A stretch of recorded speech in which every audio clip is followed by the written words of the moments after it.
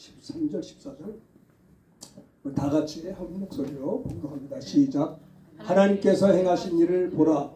하나님께서 굳게 하신 것을 누가 능히 굳게 하겠느냐. 형통한 날에는 기뻐하고 공고한 날에는 되돌아 보아라. 이 두 가지를 하나님이 병행하게 하사 사람이 그의 장래 일을 능히 헤아려 알지 못하게 하셨느니라. 아멘. 전도서 7장 13절과 14절을 함께 봉독을 했습니다.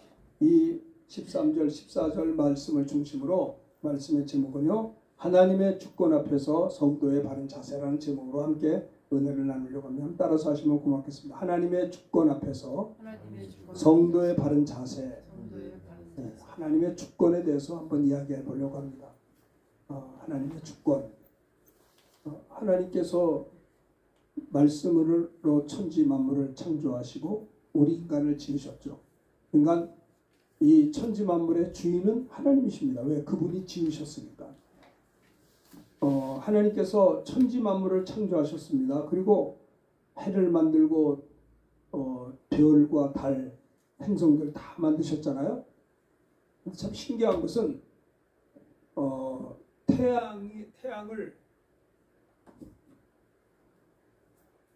태양을 도는 행성들이 있습니다. 그런데 이게 신기한 게 뭐냐면 궤도가 한 번도 변하지 않았다는 거예요. 태양계가 있잖아요. 태양이 있고 태양계가 화성, 토성, 명왕성, 지구 뭐 이런 것들이 지구는 태양을 1년에 한 바퀴 돌잖아요. 공전하잖아요. 매일같이 자전하고. 근데 재밌는 게 뭐냐면 지구와 태양의 거리가 1년에 한 번씩 도는데 이게 좀 핀트가 안 맞춰서 좀 가깝게 돌면 지구가 타서 죽어요. 혹시 지구가 멀리 떨어지면 지구가 얼어서 죽어요. 그런데 수천 수만 년 동안 과학자들은 우주의 그런 어떤 역사를 138억 년을 봐요. 그 과학자들이 하는 얘기입니다. 노벨상 탄 분들이 한 얘기가 138억 년이 됐다는 거예요. 이 나라 그리고 138억 광년이라는 거예요. 이 우주의 지름이 그렇습니다. 형제님들은 보여주세요. 그래서 우주의 지름을 발견한 것이 굉장히 과학적이에요. 여러분, 지구하고 달까지의 거리가 측정이 됐기 때문에, 지구하고 화성까지의 거리가 측정됐기 때문에 달나라를 가서 도착하잖아요. 화성을 가잖아요. 그 거리가 도착이 됐기 때문에. 그러니까 지구와 태양의 거리도 측정을 해요. 그래서 이 태양이 태양계에 태양이 있고 여러 행성들이 있는데요. 이 태양이 얼마나 크냐면 태양계에 있는 모든 명왕성, 수성, 목성, 화성, 지구 할 것 없이 이런 조그만 행성들이 있잖아요. 조그마지는 않은데 태양이 98%고 태양의 크기가 나머지는 2%밖에 안 된다. 태양이 어마어마 큰 거예요. 그게 태양계예요. 근데 우주 은하계에 태양이 있는 거예요. 또 우주 하늘 위에 하늘이 또 있다고 이야기를 해요. 자, 그러니까 하나님의 주권이라고 하는 말은 하나님이 말씀으로 천지를 창조하셨기 때문에 모든 것이 하나님의 것이다라는 거예요. 그렇죠? 13절을 보시면요. 자, 보십시오. 한번 따라서 합시다. 13절 다 같이 한 목소리로 봉독합니다. 전도서 7장 13절 여기 보시고요. 한번 다 같이 읽읍시다. 시작. 하나님께서 행하신 일을 보라. 하나님께서 굳게 하신 것을 누가 능히 곧게 하겠느냐. 보세요. 하나님이 행하시는 것을 보십시오. 하나님이 굳게 한 것을 누가 능히 곧게 할 수 있겠습니까? 하나님이 굳게 만들어 놓은 것은 아무도 굳게 된 것을 곧게 할 수 없다는 거예요. 주님이 문을 열면 닫을 자가 없고 닫으면 열 자가 없다는 거예요. 하나님은 말씀으로 천지를 창조하셨어요. 하나님은 우리 인간도 창조하셨어요.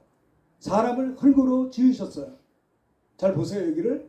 그리고 사람을 흙으로 지으시고 그 코에 생기를 불어넣어서 사람을 생명이 되게 하셨어요. 그러니까 사람은 육체와 영혼으로 되어 있는 거예요. 육체는 흙으로 만들었고요. 영혼은 하나님의 생기로, 하나님이 사람을 흙으로 지으시고 그 코에 하나님의 생기를 불어넣어서 사람이 생명이 되었어요. 여러분, 이 세상의 모든 피조물 가운데 뭐 얼마나 많아요. 삼라만상 뭐 여러 가지 있죠. 짐승 동물들이 얼마나 많아요. 사람보다 등치가 크고 힘이 센 동물들도 많아요. 근데 참 감사한 것은 우리들도 하나님이 지으셨고 뭐 강아지도 사자도 코끼리도 하나님이 지으셨는데 잘 보세요. 하나님의 형상을 따라 그 모양대로 지음받은 것은 우리 인간밖에 없어요. 여러분, 우리 인간이 대단한 겁니다. 그뿐인 줄 아세요? 하나님의 생기를 불어넣어서 영혼, 생명이 된 것은 사람밖에 없는 거예요. 그리고 하나님과 교류할 수 있는 것이 사람밖에 없는 거예요. 우리 인간이 하나님의 형상을 따라 모양대로 지음받았을 뿐. 그래서 하나님께서 인간을 만물의 영장으로 이 모든 것을 정복하고 땅에 충만하고 생육하고 번성하고 다스리라 그랬어요. 하나님이 아담에게 모든 것을 다스리게 하셨다고요. 하나님의 주권이라는 것은 하나님의 절대 주권, 하나님께서 하신다는 거예요. 자, 예를 들어 봅시다. 어떤 게 주권이냐면 리브가가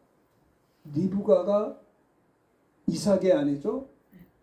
리브가가 아기를 가졌어요. 쌍둥이를 가졌습니다. 로마서에 보면 이런 말씀이 있어요.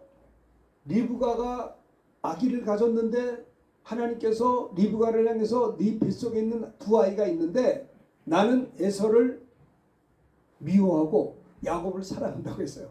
아니, 두 아들이 아직 태어나지도 않았는데 하나님께서 나는 야곱을 사랑하고 에서는 미워한다. 아니, 어떤 사람은 반문해. 그럴 수가 있습니까? 하나님이 공의로우신 하나님이 세상에 쌍둥이 아직 태어나지도 않는 뱃속에 있는 두 아이를 향해서 나는 한 아이는 사랑, 하나는 미워한다. 이게 말이 되는 겁니까? 말이 안 되나요? 로마서 9장에 보면 이 사람아 내가 네 귀에 감히 하나님을 힐문하느냐? 토기장이가 하나는 귀 있을 그릇을 하나는 천 있을 그릇을 만드는 권이 없느냐? 하나님의 주권이라는 거예요. 하나님이 뭡니까? 토기장인데 토기장이가 토기를 구워요. 밥그릇도 구울 수 있고 국그릇도 구울 수 있고, 예? 쓰레기통 만든 거 구울 수도 있고. 하나님의 권리예요. 어떤 사람은 미국에서 태어났고 어떤 사람은 남한에서 태어났고 어떤 사람은 북한에서 태어났고 어떤 사람은 아프리카에서 태어났고 필리핀에서 태어났고 캄보디아에서 태어났고, 그렇죠? 유럽에서 영국에서 태어났고. 아, 내가 뭐 태어나고 싶어 태어났냐? 태어나 보니까 그랬어요. 이게 뭐예요? 하나님의 주권이에요. 잘 들으세요. 참새 한 마리가 떨어지는 것도 하나님이 허락지 않으면 될 수 없다고 했어요. 또 하나, 하나님의 종이 되는 것도 내가 되려고 하는 게 아니에요. 이게 하나님의 주권이에요. 누굽니까? 사울이라고 한 청년은 예수 믿는 사람들을 핍박하고 박해했어요. 사울이 자기가 은혜 받아서 하나님의 일을 할 걸 생각을 못했다고요. 자기가 예수 믿을 것을 꿈도 꾸지 못했다고요. 아니, 예수 믿는 사람을 잡아다가 감옥에 집어넣은 사람이 사울이요. 하나님의 교회를 핍박한 사람이에요. 그가 예수를 증거할 사람이 된다고 생각한 적이 없었어요. 그런데 하나님의 주권이 뭐냐면 이 사울이 예수 믿는 사람이 붙잡아다가 감옥에 집어넣고 스데반 집사님이 복음 전하다가 순교할 때 가편 투표를 한 사람이 사울이요. 사울이 말이죠. 그것도 현찮아 가지고 그 당시에 종교 지도자들에게 예수 믿는 사람들을 잡아서 이렇게 감옥의 권리를 받으려고 다메섹에 간 거예요. 다메섹에 가가지고 거기서 권리를 얻으려고 갔다가 그만 다메섹에서 부활의 주님이 그에게 찾아와 주신 겁니다. 사울아 사울아 내가 어디 있느냐? 주여 니시니까 나는 내가 핍박하는 예수라. 잘 들으세요. 사울은 예수님을 핍박하지 않았어요. 예수 믿는 사람을 핍박했죠. 근데 주님이 보실 때는요, 예수 믿는 사람을 핍박하는 게 주님을 핍박하는 거예요. 예수 믿는 사람을 선대하는 건 주님을 선대하는 것. 졸지 말고 보세요. 피곤하세요? 네.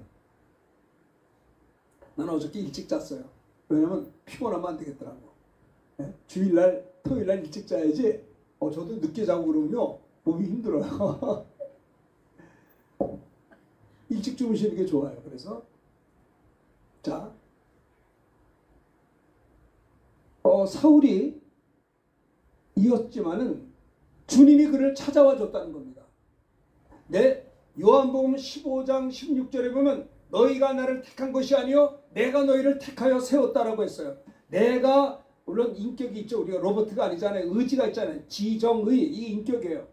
내가 예수님을 선택해서 믿은 것 같이 인간 편에서는 말할 수 있어요. 뭐 그렇다고 그거 틀린 말은 아니죠. 그러나 주님이 보실 때 너희가 나를 택한 것이 아니고 내가 너희를 택하여 세웠다는 겁니다. 그렇게 보면 아무나 예수 믿는 게 아니에요. 하나님의 택함 받은 사람은 기어이 은혜를 받게 하세요. 아멘. 네?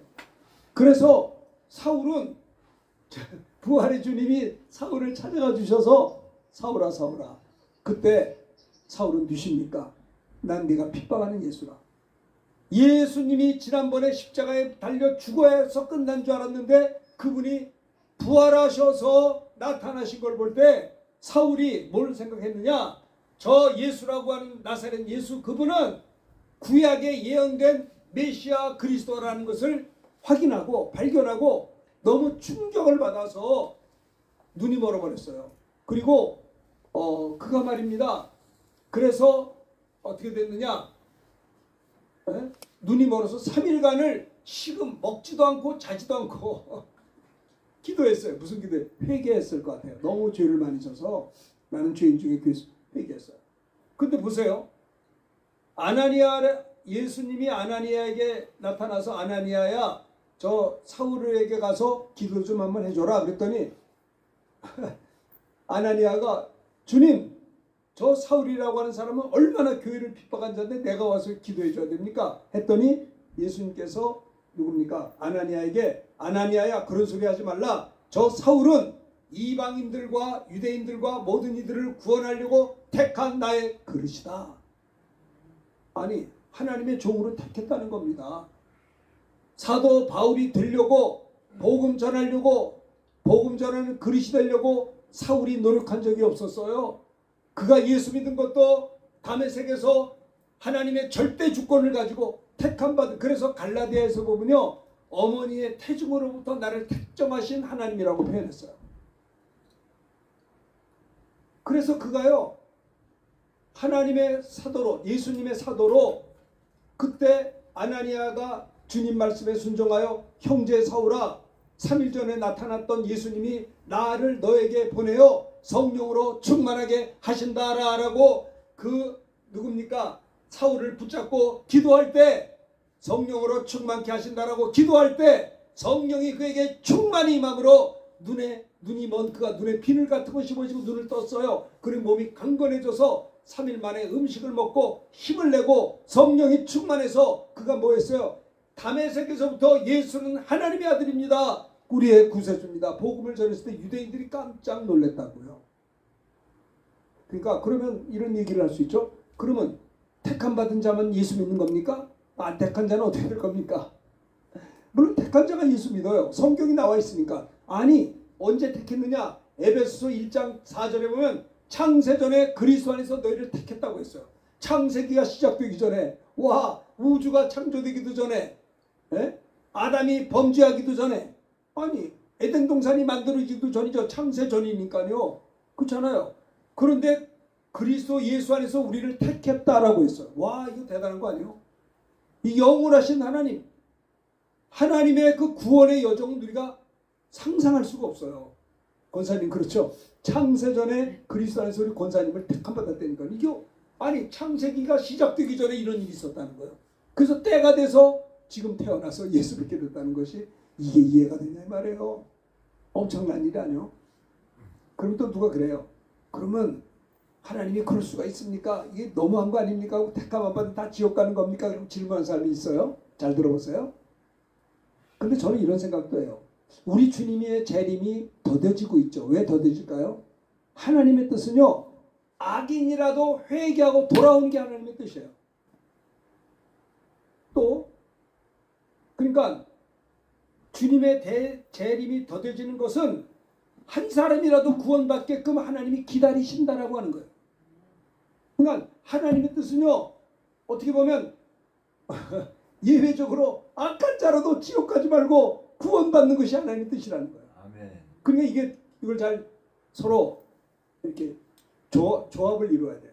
택함 받은 자가 구원을 받고, 혹시 악인이라도 하나님의 뜻은 악인이 지옥 가는 게 그게 하나님의 뜻이 아니라 악인이라도 돌아와서 구원받는 것이 하나님의 뜻이에요. 아멘. 그러나 우리는요, 여러분들이 선택해서 교회 나온 게 아니에요. 선택해서 예수 믿은 게 아니라니까요. 내가 믿으려고 노력한다고 믿어진다고 생각하십니까? 물론 이런 건 있어요. 하나님의 주권이 100%예요. 그러나 저는 인간도 로봇가 아닙니다. 우리 인간도요. 제가 이 물을 가져왔어요. 설교하다 목마르면 마시라고 물을 가져왔는데, 나는 이 물을 먹을 권리도 있고 안 먹을 권리도 있어요. 내 이 물을 안 먹을 권리는 있지만 내 목이 시원할 권리는 없잖아요. 마찬가지예요. 우리 인간이 의지가 있어요. 의지. 그러니까 하나님의 주권도 하나님의 의지도 100%, 인간의 의지도 100%예요. 잘 보세요. 그래서 하나님의 주권도 있으나 인간도 해야 될 일이 있어요. 성경은 말합니다. 하나님을 가까이 하라. 그래야만 너희를 가까이 하시리라고 했어요. 할렐루야. 아니 자기는 하나님을 가까이 안 해요. 저 집사님 막 하나님을 가까이 해. 그러면 하는 말이 그 생각이, 하나님은 공평한 하나님이 저 집사한테는 은혜 주고 나는 은혜 왜 안 줘? 이렇게 하면 안 된다는 거예요. 자기는 게을렀잖아. 하나님 가까이 안 하고 세상을 자꾸 가까이 했잖아. 보세요. 하나님을 가까이 하라. 그러면 하나님이 너희를 가까이 하시리라. 마귀를 대적하라. 그러면 너희 피한다고 그랬어요. 아멘. 할렐루야. 아멘. 인간의 의지가 100%라니까요. 아멘. 하나님의 주권 하면서 택하면서 나는 아무것도 안 한다. 그건 아니에요. 달란트 비율을 봐도 5달란트, 2달란트, 3달란트, 1달란트가 있는데 5달란트 받은 자는 즉시 가서 또 다른 5달란트 받아가지고 잘하였도다. 착하고 충성된 자와 내가 더 큰 것으로 축복받았어요. 하나님께. 그럼 2달란트 받은 자도 그렇게 했어요. 근데 1달란트 받은 땅속 깊이 묻었어. 이래가지고 악하고 게으른 자가 하나님께 책망받았잖아. 인생 성공의 비결이 뭔 줄 아세요? 인생 성공의 비결이 뭐냐? 내가 가지고 있는 달란트가 2달란트밖에 안 되고 저 뒤에 계신 분은 5달란트라고 해서 내가 열등감을 가질 필요가 없어요. 비교할 필요가 없어요. 저분은 큰 그릇이라서 5달란트를 하나님이 주셨고 나는 2달란트밖에 안 줬어. 2달란트 받았다 할지라도 복잡하게 생각하지 말고 이 작은 거 받았다 할지라도 감사함을 가지고 이걸 가지고 2달란트 가지고 즉시 가서 장사하여 또 2달란트 남기면 잘하였도다. 착하고 충성된 종아, 내가 지극히 적은 것에 충성하였으니 내가 큰 것으로 내게 맡기리니 내 주인의 즐거움에 참여할지어다. 아멘. 작은 일에 충성할 때 하나님이 큰 일을 주는 거예요. 아멘. 조그만 일 있을 때 아무렇게나 살지 말고, 아시겠어요? 그래야 하나님께서 더 축복하시고 그거 가지고 더 역사할 때 더 되는 거예요. 성경은 말합니다. 무릇 있는 자는 받아 넉넉하게 되되 없는 자는 있는 것도 빼앗긴다라는 거예요. 오늘 왜 이렇게 제가 소리 지르냐면 제목이 하나님의 주권 앞에서 성도의 바른 자세야. 그렇죠? 하나님의 주권이라는 말을 제가 설명하려고 하는 겁니다. 사실 하나님이 창조하셨는데 아니 그분이 주인이시죠. 그분이 자 봅시다. 대한민국의 주권은 대한민국의 국민에게 있어요. 그건 당연한 거죠. 그렇죠? 그러나 보세요. 이 우주 만물을 누가 만드셨어요? 왜? 하나님 만들었죠. 왜 우리 대한민국의 사람들이 왜 주권이 국민에게 있느냐? 국민들이 모여야 나라가 되는 거 아니에요. 그러니까는 국민이 그런 주권이 있는 거예요. 그 주권을 행사해서 뭡니까? 투표도 하잖아요. 행사해서 대통령 뽑고 떨어뜨리기도 하잖아요. 국민들이 주권이 국민에게 왜? 국민들이 모여야 나라가 되니까. 그런데 이 하나님의 나라는 이 땅을 하나님이 창조하셨어요. 하나님이 지으셨어요. 그 하나님의 모든 주권이 하나님에게 있는 거예요. 아멘. 그분이 통장이에요. 내가 왜 남한에서 태어났지? 미국에서 태어났으면 더 좋았을 텐데 일본에서 태어나면 어땠을 뻔했는가? 아니에요. 그게 하나님의 주권이에요. 꼭 필요하기 때문에 하나님이 우리를 이 땅에 태어나게 하신 겁니다. 아멘. 자, 하나님의 주권 앞에서 성도님들의 바른 자세가 뭐냐? 13절에 13절. 자, 봅시다. 크게 다시 읽어봐요. 시작. 하나님께서 행하시는 일을 보라. 하나님께서 굳게 하신 것을 누가 곧게 하겠느냐? 하나님이 굳게 한 것은 아무도 필자가 없다는 거예요. 전능하신 하나님이 절대 주권을 가지고 하셨다는 거예요. 그 성도의 바른 자세는 뭐냐? 하나님께서 행하시는 일을 보라. 뭘 봐요? 따라합시다. 하나님께서 범사를 주관하시는 것을 알아야 됩니다. 우리의 범사를 누가 주관해요? 하나님이 하세요. 아시겠어요? 하나님의 주권 앞에서 성도들의 바른 자세는 전도서 7장 13절에 있습니다. 하나님께서 행하시는 것을 보라. 이 말이 무슨 말이요? 하나님께서 우리의 모든 순간순간을 주관하시는 것을 깨달으라는 거예요. 어제 한 주간, 지난 한 주간 산 모든 범사를 누가 주관했어요? 내가 한 것 같아도 하나님이 하신 거예요. 하나님께서 행하신 것을 보라. 우리를 통해서 행하신 것을 보라. 그러니 하나님께 영광 돌릴 수밖에 없는 거죠. 그분이 우리를 통해 하셨으니. 그렇지 않습니까? 예를 들어서 여러분들이 어떤 아픈 사람이 있는데 그 사람을 붙잡고 간절히 기도해서 우리 형제가 몸이 아픕니다. 하나님 도와주세요. 근데 그거 났어요. 나면은 집사님 집사님이 기도해서 낫네요. 집사님이 우쭐우쭐 거리는 게 아니라 하나님이 행하신 것을 보라. 하나님이 부족한 나의 입을 통해서 믿음의 기도를 통해 당신을 고쳐줬으니 하나님께 영광을 돌려. 하나님 주권이잖아요. 그게 내가 자랑하면 안 되는 거예요. 그래. 예? 하나님이 나를 통해 복음을 전하게 하시고 하나님이 내가 기도할 때 저 사람의 기도에 응답하게 하셔서 병을 고쳤다 할지라도 하나님이 하신 거죠. 우리를 통해서. 그게 하나님의 주권이라는 거예요. 하나님께서 행하신 일을 보라. 하나님께서 범사를 주관하심을 깨달아야 된다는 겁니다. 근데 많은 사람들이 한 주간 살면서도 하나님이 범사를 우리를 주관하시는데 내가 게으르고 나태하고 한눈 팔고, 아시겠어요? 마귀가 왔는데 대적을 안 해. 마귀를 대적하라 그러면 너희를 피한다고 그랬거든요. 날마다 얻어터지고 살면 되겠나 이 말이에요.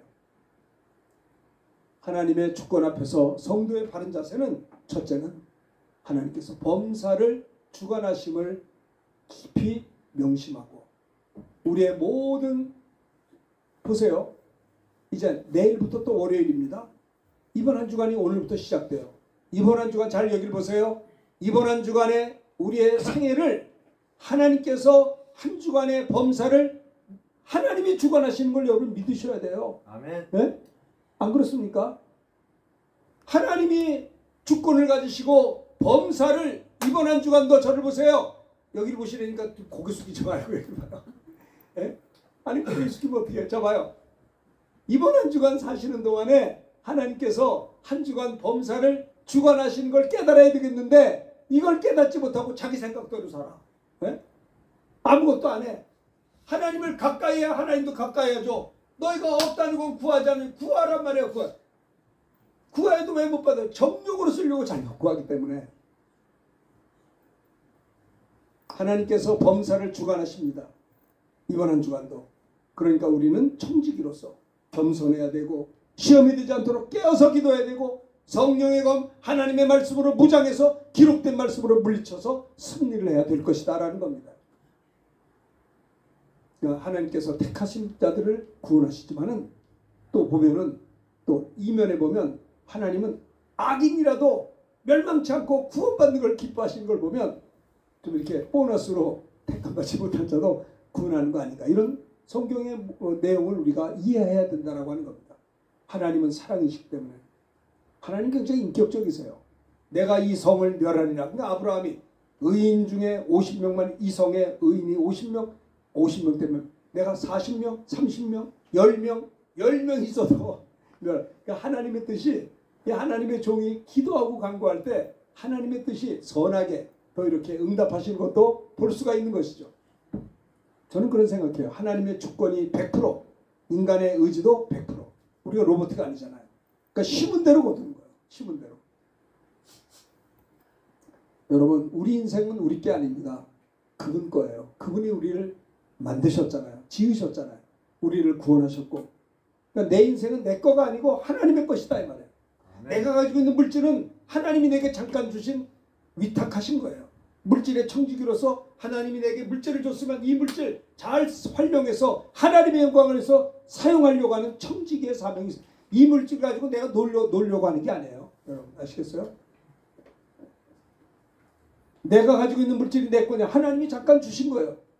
잠깐 사는 동안에 위탁했다 이 말입니다. 자기 인생을 자기 것인 양 생각하는 사람들, 그 사람들은 형통할 때 교만해요. 와, 바로 내가 실력 있잖아. 사업했는데 이렇게 사업이 잘 되네. 교만해져가지고요. 하나님을 떠나요. 또 힘들고 곤고할 때는 또 좌절을 잘해. 다 뜻이 있는데. 내 인생을 내 거라고 생각하는 사람은요, 내가 성공할 때 교만하기 쉽고요, 내가 실패할 때 막 좌절을 해. 좌절할 게 없어요. 왜 좌절하지 않느냐? 실패한 것도 뜻이 있거든요. 뭔가 하나님께서 우리를 더 좋게 하시려고 실패하게 하신 거예요. 아시겠어요? 그래서 오늘 전도서 7장 13절 14절의 말씀은 전도서 기자인 솔로몬이 성도들의 바른 자세를 여러 가지 이야기한 거예요. 그러니까 하나님의 주권을 겸손히 인정하는 겸손의 자세를 갖고 하나님께서 범사를 주관하심을 깨달아야 된다라고 하는 거예요. 난 지난 한 주간 지나면서 너무 감사했어요. 전도하는데 너무 좋더라고요. 어떤 학생들은 복음 전한다음에 영적 기도를 하는데 막 따라서 하는데 진지하게 따라서 해요. 눈이 반짝반짝하면서. 정말 너무너무 전도하다가 오히려 은혜를 받았어요. 세상에. 오늘 본문에는 내 인생이 내 것이 아니라 하나님의 것이요. 하나님이 허락하셨기 때문에 내가 숨쉬고 사는 거고 잠을 자고 잠에서 깨는 것이고 하나님의 주권 앞에서 우리들의 바른 자세를 다시 한번 되새기기 위해서는 하나님께서 행하신 일을 보라. 하나님께서 범사를 주관하심을 깨달으라. 그러니까 이번 한 주간도 걱정하지 마세요. 하나님께서 우리 이번 한 주간도 그분이 주관하시고 계시다는 걸 깨달아야 돼요.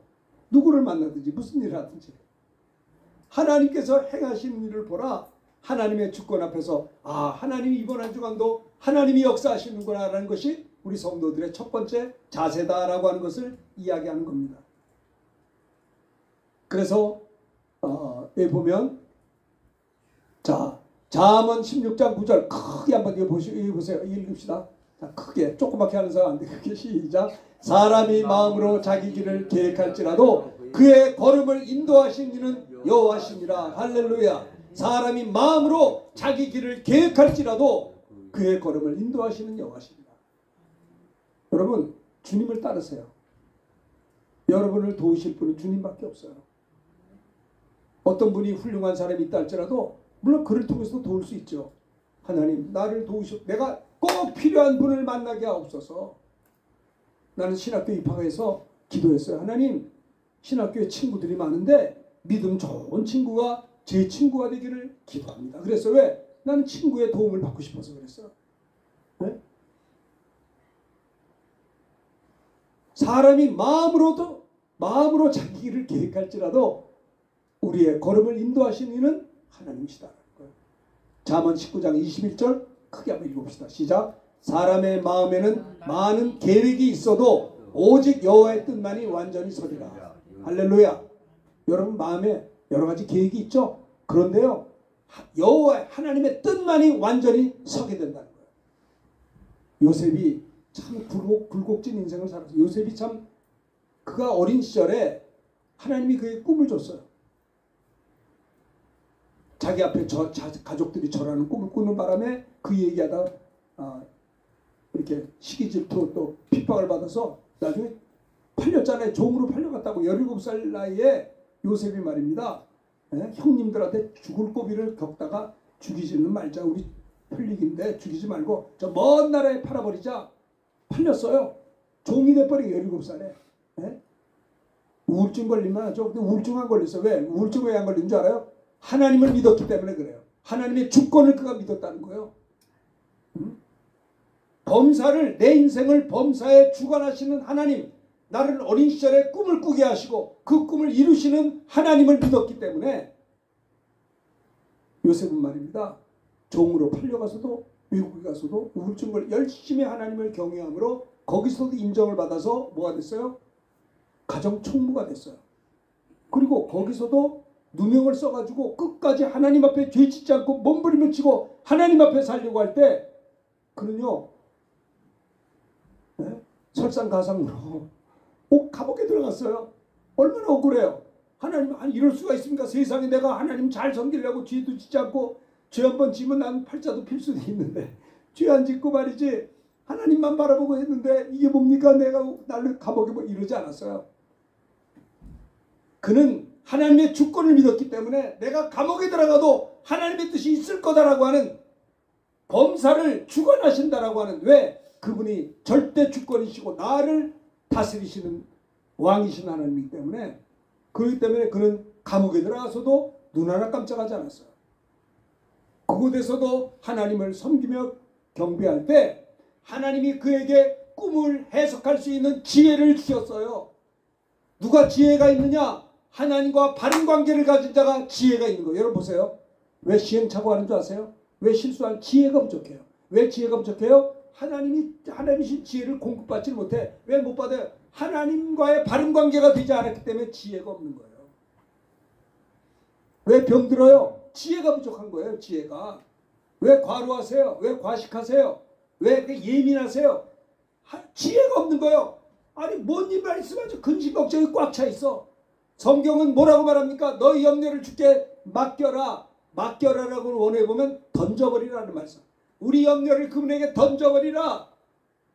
여호와를 기뻐하라. 그가 너희 길을 지도하시리라고 했어요.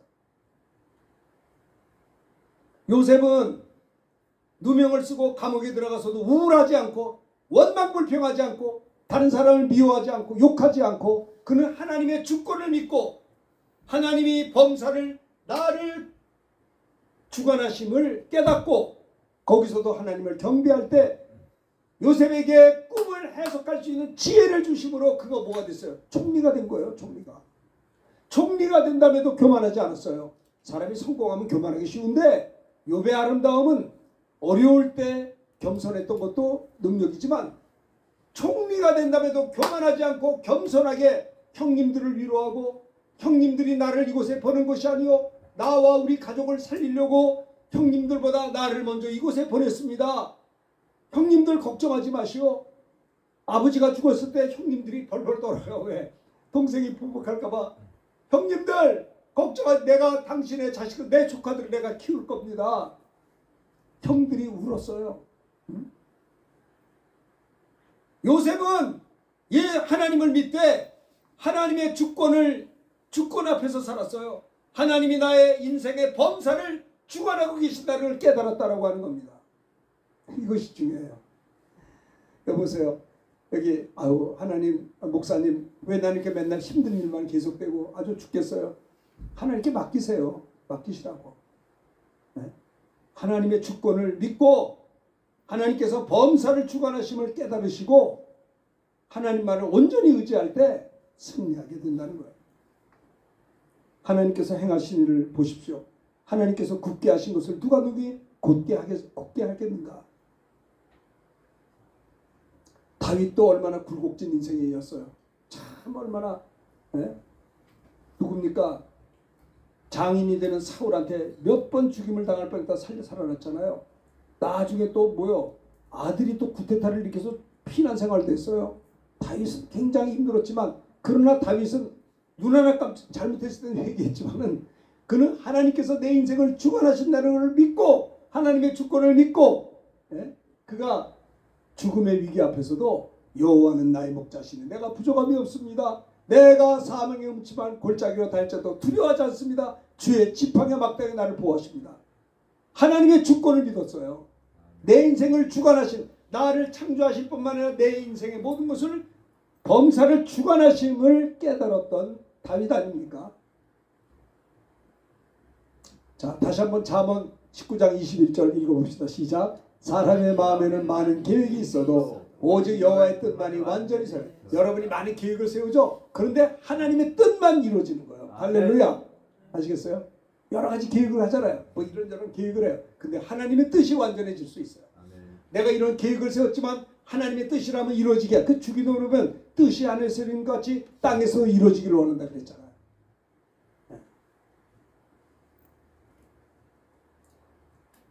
자, 봅시다.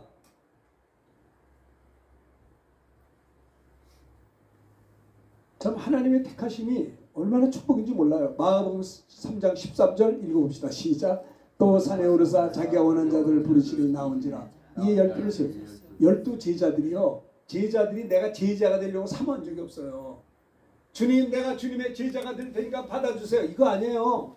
잘 보세요. 주님이 산에 오르사 주님이 원하는 자를 불렀더니 나왔어요. 이에 12를 세우셨어요. 그게 제자예요. 난 이 성경 보고 눈물이 나더라고. 눈물이 핑 돌아. 주님 세상에 나보다 더 똑똑하고 훌륭한 사람이 너무나 많은데 내가 뭔데? 아니 주님이 나를 원하시나요? 내가 주의 종 될 만한 그릇도 안 되고 자격도 안 된다고 생각하는데 주님이 원하는 자를 불러서 내가 신학교를 갔다니까요. 주님이 부르셔서 같이 내가 간 게 아니에요. 그분이 목사님을 통해서 불러주셨고요. 성경 읽다가 나를 불러주셨어요. 그래서 신약성경 보라는 거예요. 예? 신약성경보다 주님의 부름 받았다니까요. 왜 구약만 봐? 신약도 봐야지. 구약이 어렵죠. 예? 실력 있어서 구약 보는 것 같아. 근데 신약도 많이 보세요. 주님이 산에 오르사 주님이 원하는 자를 부르셨다는 그 말씀이 얼마나 죄송하고 미안하고 나보다도 훨씬 더 좋은 분들이 많은데 내가 뭔데 나를 원하셨을까? 주님이 원하셔서 불러주시니 나왔습니다. 이에 세워줬어요. 주의 종으로. 할렐루야. 이 감사한 일 아니에요? 자 봅시다. 누가 구원받아요? 예수를 믿음으로 말미암아 구원을 받아요. 근데 보세요. 예수를 믿음으로 말미암아 구원을 받았지만 예수 믿어서 구원받는 믿음이 잘 봐요. 내게서 나온 것이 아니요 하나님의 선물이라고 에베소 2장 8절 했어요. 예수 믿어 구원받는 그 믿음도 내 뱃속에서 나온 게 아니고 하나님의 선물이라. 선물은 그냥 주는 거예요. 네? 거저 주신 거예요. 행위로 말미암지 않은 이는 누구든지 자랑할 수 없습니다. 아까 누굽니까? 사울 얘기를 했죠. 그 아나니아에게 한 내용이 사도행전 9장 15절 한번 읽어봅시다. 시작. 이 사람은 내 이름을 이방인과 임금들과 이스라엘 자손들에게 전하기 위하여 택한 나의 그릇이다. 이랬어요. 사도 바울을 택했답니다. 그래서 사도 바울이 된 거예요. 자, 아까 얘기 또 봅시다. 요한복음 15장 16절 시작. 너희가 나를 택한 것이 아니요 내가 너희를 택했어. 나는요 내가 택해서 예수 믿은 줄 알았어요. 내가 우리 집안이 예수 믿는 집안에서 태어났고 내가 내 발로 교회 가서 예수 믿었지. 그럼 내가 주님 택한 거 아니야. 그랬더니 요한복음 15장 16절에서 야 너희가 나 택한 것이 아니고 내가 너희를 택해서 네가 나온 거야 라는 말에 와 하나님이 나 같은 거 택해줬구나. 할렐루야. 예수는 아무나 믿는 게 아니에요. 택함 받은 자가 때가 돼서 예수 믿는 거예요. 아멘. 그럼 택함 안 받으면 지옥 가느냐? 꼭 그런 건 아니에요. 우리 주님은 이면에는 악인이라도 기다려요. 회개하고 돌아오기를. 하나님의 사랑이 넘치죠. 이해가 되시죠? 무슨 말인지. 악인이라도 멸망치 않는 게 하나님의 뜻이야. 그러니까 예수 안 믿고 악인이라도 저것들이 빨리 구원받아야 되는데 그래서 주님의 재림이 더뎌진다고 하니까 이걸 좋아하는 이름은 되겠죠? 이렇게 이해가 되잖아요.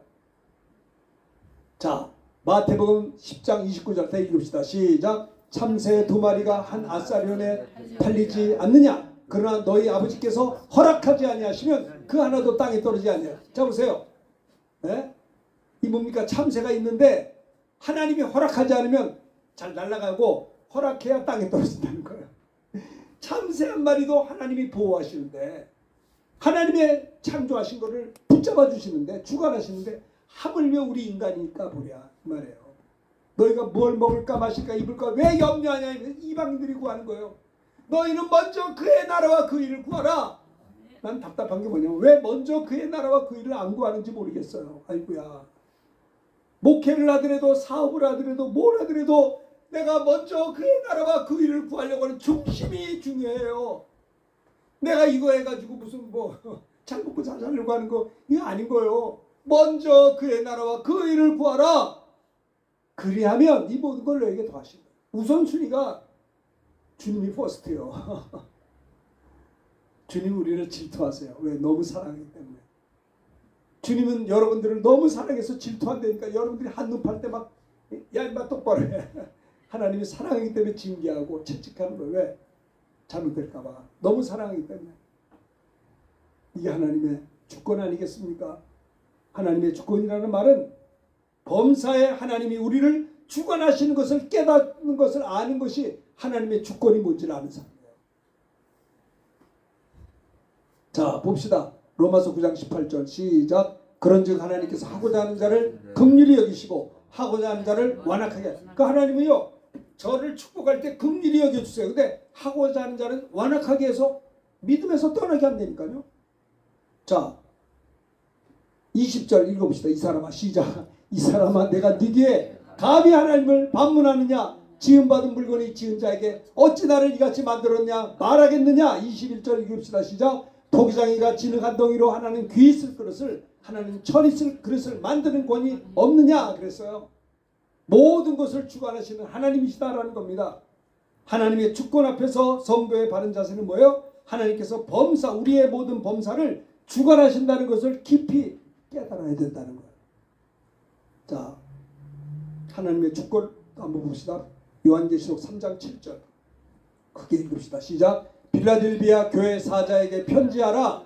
거룩하고 진실하사 다윗의 열쇠를 가시니 곧 열면 닫을 사람이 없고 닫으면 열 사람이 없는 그가 이르시되, 우리 주님은 전능하신 하나님이어서 주님이 문을 열면 닫을 자가 없고 닫으면 열 사람이 없는 주님이다 이 말이에요. 자, 8절 읽읍시다. 시작. 볼지어다 내가 내 앞에 열린 문을 두었으되 능히 닫을 사람이 없어. 볼지어다 주님이 내 앞에 열린 문을 두었으니 능히 닫을 자가 없다는 거예요. 주님이 하시면 합니다. 여러분에게 주님이 축복하기로 했으면 그 축복을 막을 자가 없는 겁니다. 아멘. 여러분들을 승리하게 하시면 여러분들의 승리를 빼앗을 자가 없는 거예요. 아멘. 아시겠어요? 네. 그분이 열면 닫을 자가 없는 거예요. 아멘. 하나님의 주권 앞에서 성도의 바른 자세는 뭐냐? 하나님이 우리의 범사를 그분이 주관하신다는 걸 깨달아야 돼요. 그러니까 내가 성공한 것도 하나님이 한 거기 때문에 우리가 교만하지 않아요. 내가 실패했어도 무슨 뜻이 있구나 낙심하지 않아요. 하나님이 그것도 실패도 주관하시니까. 내가 누명을 쓴 것도 하나님이 주관하세요.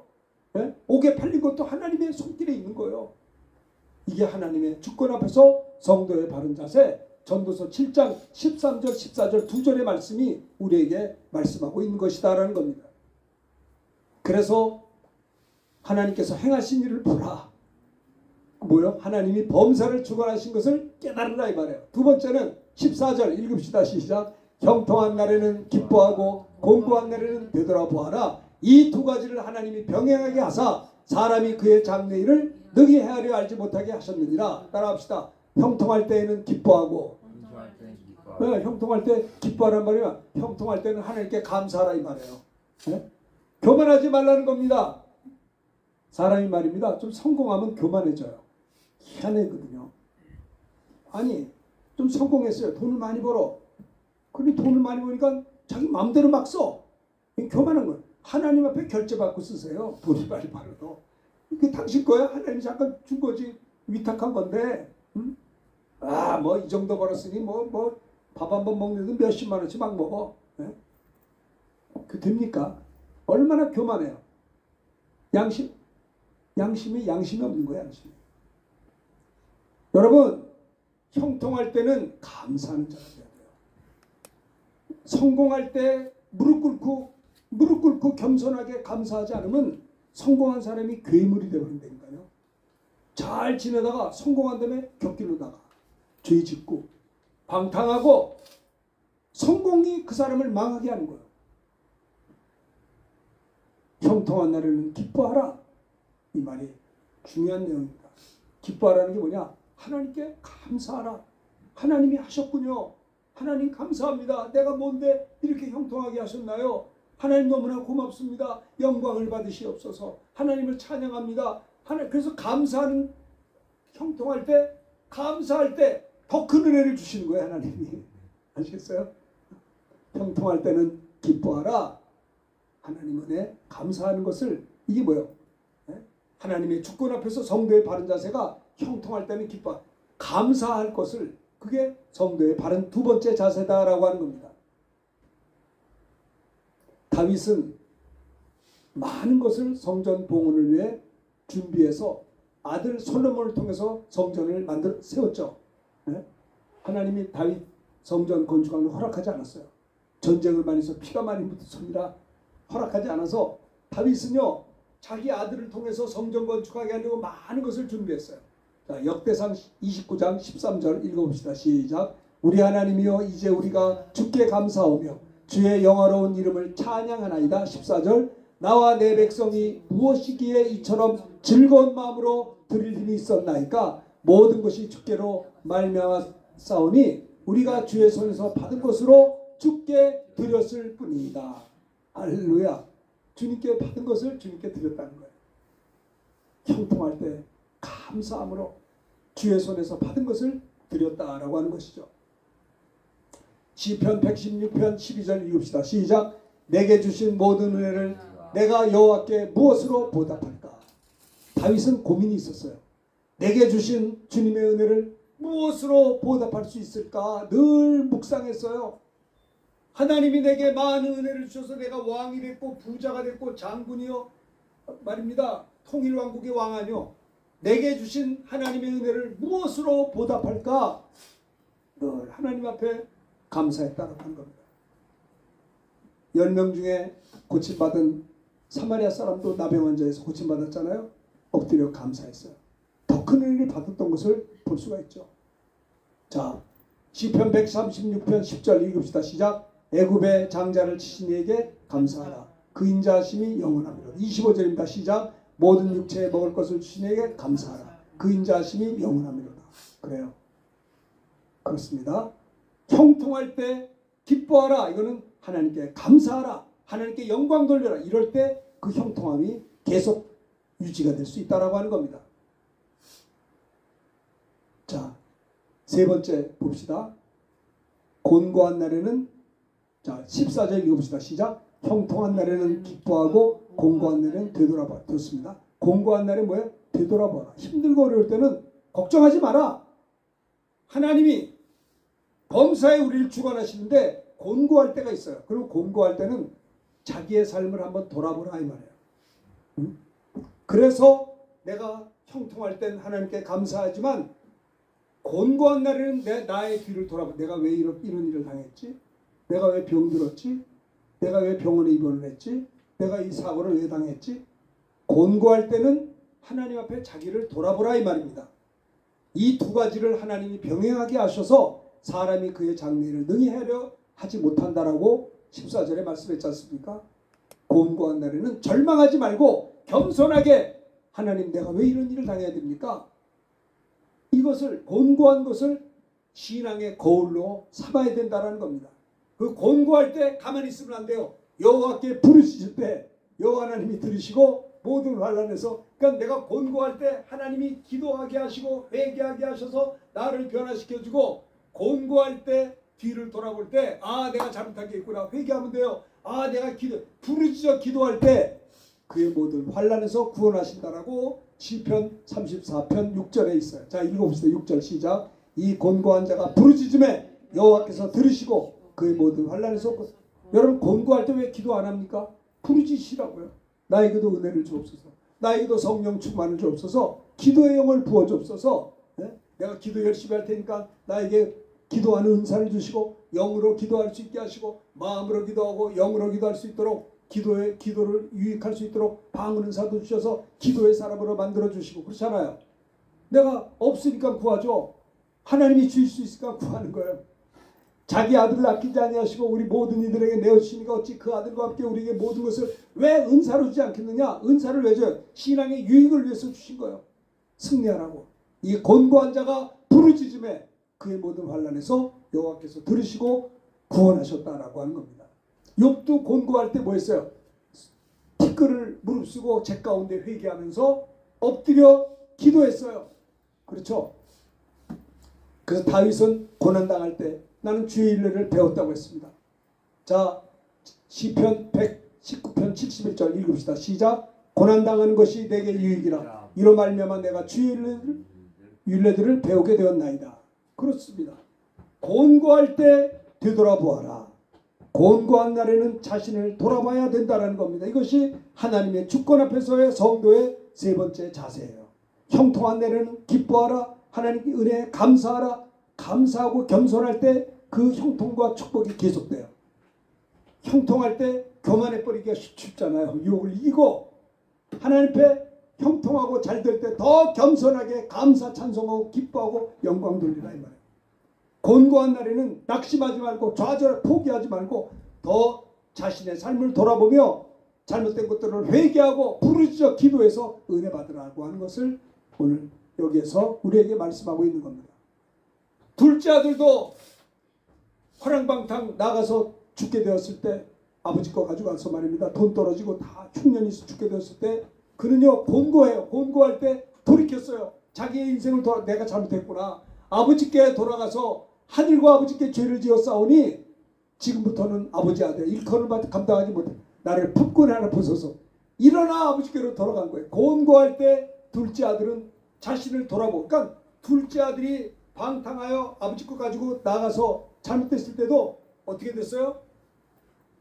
그것도 역시 하나님께서 그의 범사를 주관하고 계시기 때문에 회개할 은혜를 주셨다는 거예요. 그렇죠? 돌아왔을 때 그는 회복이 되었다는 것을 볼 수가 있어요. 곤고한 날에는 뭐예요? 자기 삶을 돌아봐야 돼요. 내가 하나님과 바른 관계 가지고 있는가? 기도 생활은 제대로 하고 있는가? 하나님 말씀은 제대로 먹고 있는가?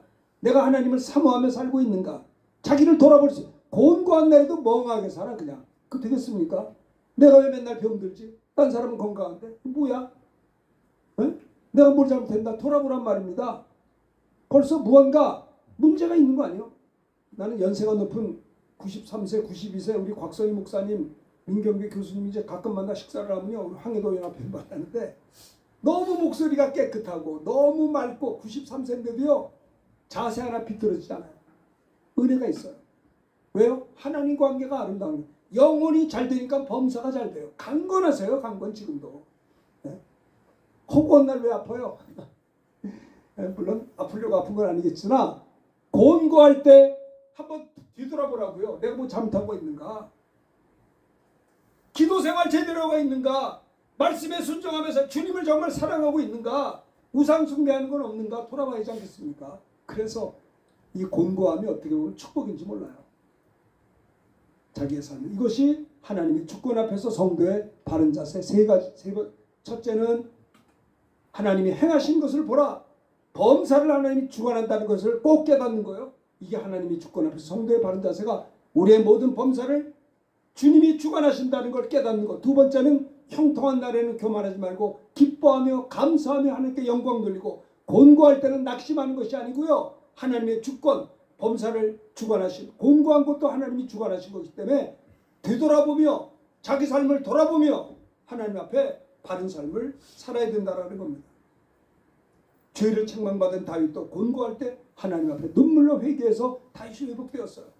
예전에 저희 담임 목사님도 6.25 전쟁으로 피난 오시면서 막 그냥 총알이 날라오니까 곤고하잖아요. 그래서 막 몸부림치면서 하나님 나 살려주면 내가 신학교 갑니다. 그래서 우리 예전에 내 주일학교 다닐 때 우리 담임 목사님 그 간증을 하세요. 피난 오신 목사님이신데 그러면서 내가 진짜 수많은 사람들이 피난 오는데 막 총에 맞다 죽은데 자기는 막 안 죽으려고 하나님 살려주십시오. 막 죽어가니까 총을 막 쏘니까 피난하면서 얼마나 죽었는지 아십니까? 수십만 명 죽었다고요. 그런데 그 목사님은 예수 믿는 분이어서 이 곤고한 죽음의 위기 앞에서 하나님 나 살려주시면 내가 신학교 갑니다. 그래서 우리 목사님이 되셨다니까. 내가 중학교 3학 고1 때 오셨어요. 그 목사님이. 그 간증을 하시더라고요.